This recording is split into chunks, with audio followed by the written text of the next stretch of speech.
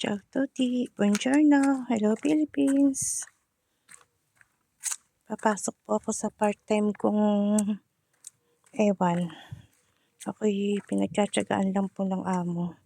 Sa loob ng isang linggo, 2 beses lang ako makapasok, minsan 1 beses lang sa umaga, 3 oras.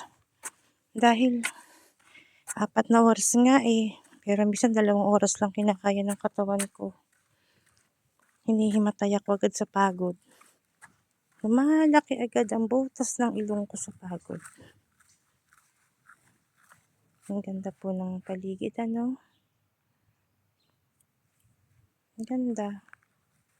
Nakakalungkot lang pagka iiwanan ko to at sobrang bait ng amo. Hihingal ako agad. Ciao tutti!